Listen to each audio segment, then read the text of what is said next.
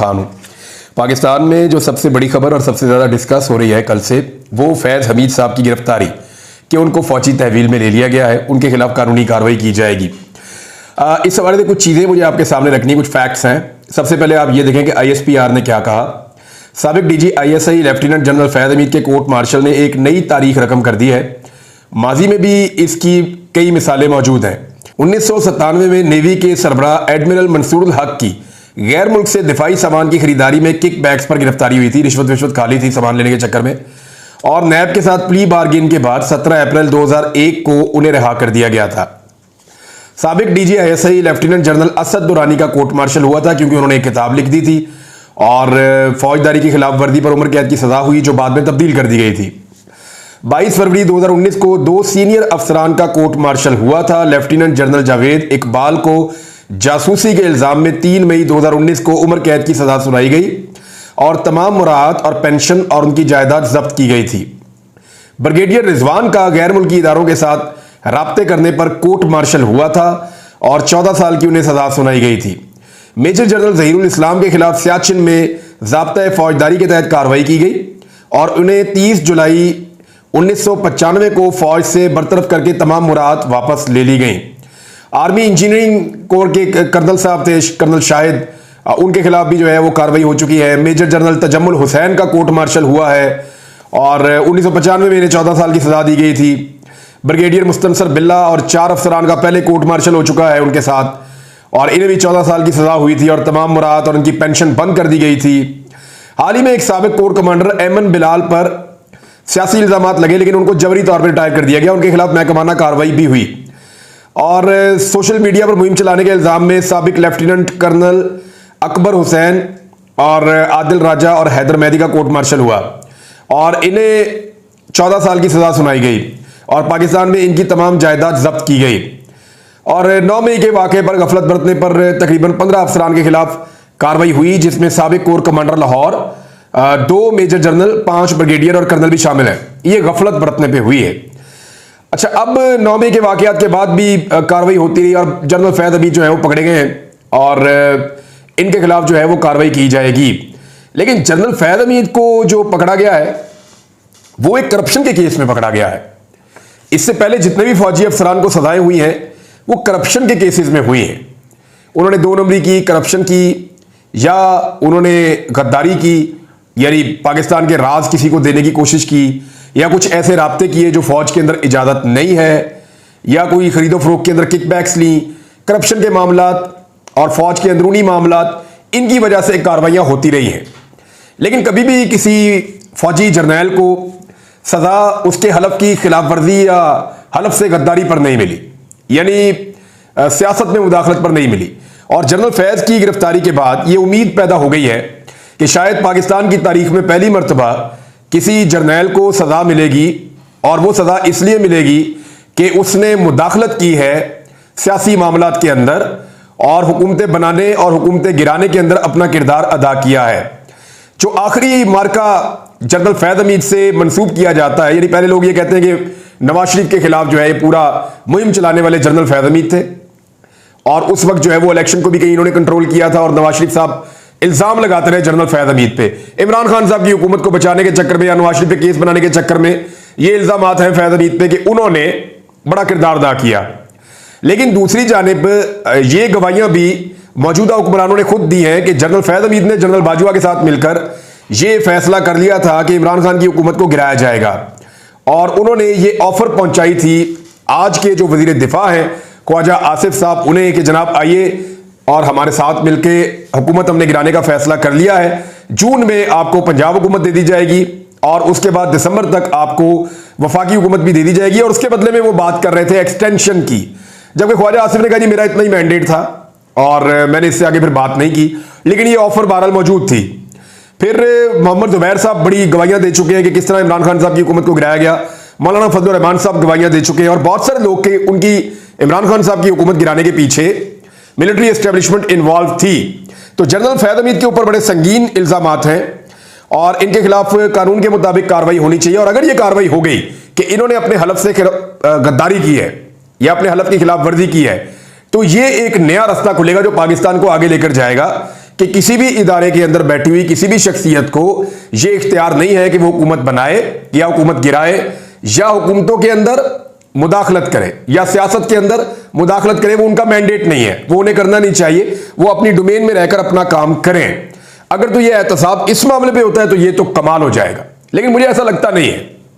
एक उम्मीद तो बंदी है, लेकिन ऐसा लगता नहीं है। कुछ लोग बड़ी अजीबोगरीब खबरें दे रहे हैं।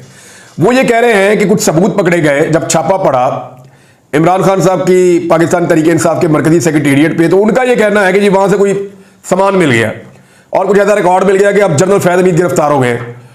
यानी छोड़ने वाले जो छोड़ते हैं ना, वो भी इतनी लंबी छोड़ते हैं कि इतनी लंबी तो अरशद नदीम की थ्रो नहीं है जितनी लंबी छोड़ देते हैं छोड़ने वाले हमारे सहाफी भाई हैं। मुझे समझ नहीं आती कि भाई सेक्रेटेरिएट से रऊफ हसन के खिलाफ सबूत नहीं मिले, वो छूट के बाहर आ गए। वो अरूबा नाम की बच्ची के खिलाफ सबूत नहीं मिले, कहते थे पता नहीं कितने लाख 11 लाख अकाउंट चलाती है, वो छूट के बाहर आ गई है। सारे के सारे पीटीआई के कारकुन छूट के बाहर आ गए और सबूत मिल गए। यानी पाकिस्तान तहरीक इंसाफ और फैज हमीद इतने बेवकूफ हैं कि अगर कुछ हो भी रहा था तो उन्होंने मरकजी सेक्रेटेरिएट के अंदर जहां बार बार छापे पड़ते हैं वहां पे सामने सजा के सर्टिफिकेट के तौर पे सबूत रखे हुए थे कि जनाब आओ तो आगे चौक के ले जाओ। अव्वल तो ऐसी कोई चीज अभी तक रिपोर्ट हुई नहीं, लेकिन ये इल्जाम लगाया जा रहा है कि शायद जनरल फैज हमीद, ये इल्जाम है कि वो पीटीआई का सोशल मीडिया हैंडल करते थे। लोग ये भी कह रहे हैं हद हो गई वैसे। यानी पाकिस्तान तहरीक इंसाफ का सोशल मीडिया तो इमरान खान खुद हैंडल नहीं कर सकते तो और कौन हैंडल करेगा। लेकिन पाकिस्तान में एक बड़ा मजेदार काम होता है, हर गिरफ्तारी के बाद रोला पड़ जाता है पाकिस्तान में। बहुत सारे लोग नाचते नाचते निकल आते हैं, घुंघरू तोड़ देते हैं नाच नाच के कि जनाब अब गया इमरान खान, ओ गई पीटीआई, फारग हो गए। यानी कोई बंदा गिरफ्तार हो जाए, लो जी पीटीआई गई, इमरान खान फारिग। कोई बंदा जो है जेल चला जाए, लो जी पीटीआई गई, इमरान खान फारिग। किसी को इंक्वायरी में बुला लिया जाए, गई जी पीटीआई, इमरान खान फारिग। कोई छापा पड़ जाए जी, गई जी पीटीआई, इमरान खान फारिग। कोई बंदा बाहर से दौरा करने आ जाए, गई पीटीआई, इमरान खान फारिग। कोई बंदा यहां से बाहर दौरा करने चला जाए, लो जी गई हम पीटीआई, इमरान खान फारिग। यानी हर चीज के अंदर इन्होंने थोड़ी धूप ज्यादा निकला, इमरान खान फारिग। बारिश तेज हो जाए, इमरान खान फारिग। ये इनकी एक्चुअली ख्वाहिश है, इसके अलावा और कोई बात नहीं है। ये यानी ऐसी चीजों को फिर आपको सबूत देने पड़ते हैं।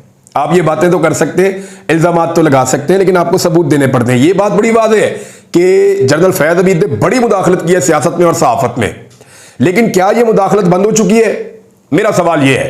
अगर तो ये मुदाखलत आज बंद हो चुकी है तो फिर इस मामले पे फैज हमीद को सजा होनी चाहिए और आइंदा बाकियों को भी होनी चाहिए। ये रास्ता खुलना चाहिए, सियासतदानों को चाहिए कि ये रास्ता खोलें कि एहतसाब किया जाए उन लोगों का जो सियासत में मुदाखलत करके अपने हलफ की खिलाफ वर्जी करते हैं। लेकिन ये हर चीज के ऊपर इमरान खान को क्यों लाके जोड़ देते हैं? कभी आपने इस पर गौर किया है? बहुत सारे सहाफी जो बारीक वारदातें भी डाल रहे हैं। हाँ, उन्हें गुस्सा है जनरल फैज हमीद पे और उन्हें जनरल फैज हमीद ने उनके प्रोग्राम बंद करवाए हुए थे। हामिद मीर साहब का प्रोग्राम किसने बंद करवाया था? जनरल फैज हमीद ने बंद करवाया था, मैं पहले कह चुका हूं। तो उन्होंने प्रोग्राम बंद करवाए थे, सहाफियों को तंग किया था अपनी मुताबिक कि वो जर्नलिज्म चाहते थे। मैं भी 2 साल से नौकरी नहीं कर रहा, जनरल फैज हमीद तो नहीं है ना। मेरे चैनल के मालिकान ने मुझे कहा जी हमें बहुत दबाव आ गया एस्टेब्लिशमेंट का, आपको नहीं रख सकते हम नौकरी पे, हमें एनओसी चाहिए होगा उनसे, आप ला सकते हैं? मैंने कहा जी मैं तो नहीं ला सकता। तो मुदाखलत तो आज भी हो रही है। तो मेरा नहीं ख्याल कि मुदाखलत के ऊपर किसी किस्म का एक्शन लिया जाएगा, क्योंकि मुदाखलत पे जब एक्शन लिया जाएगा फिर ये सिलसिला रुकेगा नहीं, फिर कोई मुदाखलत नहीं कर सकेगा। लिहाजा ये मुझे ऐसा लगता है कि ये करप्शन के मामला करेंगे और इसमें से कुछ ज्यादा ऐसा लगता है कि निकलेगा नहीं। लेकिन कोशिश तो होती है हर चीज में इमरान खान को घसीटा जाए। देखते हैं घसीट सकते हैं या नहीं, या कोई ऐसे शवाहिद मौजूद हैं या नहीं है। अगर तो है तो ये सिलसिला बिल्कुल शुरू होना चाहिए, लेकिन ख्वाजा आसिफ का इंटरव्यू भी होना चाहिए, मोहम्मद जुबैर का भी होना चाहिए और उसके साथ साथ फिर मौलाना फजल रहमान साहब का और दीगर का भी होना चाहिए। अब ये करते क्यों है? इमरान खान को जोड़ते क्यों हर चीज में? इसके ऊपर आप गौर कीजिए। वो इसलिए जोड़ते हैं ताकि अवाम की तवज्जो महंगाई से हटाई जाए। मीडिया के ऊपर महंगाई के ऊपर बात ना हो, बढ़ती हुई बेरोजगारी और गिरती हुई मईशत के ऊपर बात ना हो, खारजा और दाखिला पॉलिसियों की जो नाकामी है उसके ऊपर बात ना हो। भाई एक रिटायर्ड जर्नल गिरफ्तार हुआ है और अच्छा हुआ गिरफ्तार हुआ। फौज का एक निज़ाम है, उस निज़ाम के तहत सजा होती है, जजा होती है, तो अच्छा सजा भी होनी चाहिए, जजा भी होनी चाहिए। वो कसूरवार है तो बिल्कुल उसको पूरी सजा मिलनी चाहिए। अब आ जाए इस बात पे कि इस वक्त एक बहुत अहम सवाल है जो लोग बार बार पूछते हैं कि हालात का टोटल एनालिसिस आप बता देंगे अब होने क्या वाला है और नजर क्या आ रहा है। तो देखिए मैं आपके सामने फैक्ट्स कुछ रख देता हूं। 4 एलिमेंट हैं इस वक्त, इन चारों को आपने ज़हन में रखना है। एक इमरान खान साहब की पॉलिटिकल पार्टी और पब्लिक, और तीसरा एलिमेंट जो है वो है हुकूमत का। पीडीएम की जमातों का, और चौथा है एस्टेब्लिशमेंट का। इन चारों के बीच में सारा खेल चल रहा है इस वक्त। नंबर एक, इमरान खान की बात कर लेते हैं। इमरान खान साहब के कुछ मसाइल भी है ना, यानी मिसाल के तौर पे उनको पैगाम रसानी का मसला है। बार बार शिकायत की जाती है इमरान खान साहब अंदर कुछ कहते हैं, बाहर शायद पैगाम नहीं आता, या पैगाम थोड़ा सा ट्विस्ट हो जाता है। वो फैसला साजी के अंदर उस तरह शामिल नहीं हो सकते। पार्टी के फैसले हों, यानी मिसाल के तौर पे रोला पड़ गया था सेनेटर्स के मामले पे, मखसूस नशिस्तों के मामले पे, कि इमरान खान साहब ने शायद कुछ और कहा, बाहर से रिपोर्ट कुछ और गई और अंदर से फैसला कुछ और करवा लिया गया। तो अवाम से बराह रास्त इमरान खान साहब का राब्ता नहीं है, उनकी आवाज भी बड़ी मुअस्सर है। लेकिन इसके बावजूद इमरान खान जेल के अंदर मजबूत है, वो अपनी कमिटमेंट के साथ जेल के अंदर बैठे हुए हैं, और इमरान खान साहब किसी किस्म का ऐसा तासुर नहीं देना चाहते कि वो कमजोर पड़ गए, ना ही वो कोई डील करने का इरादा रखते हैं।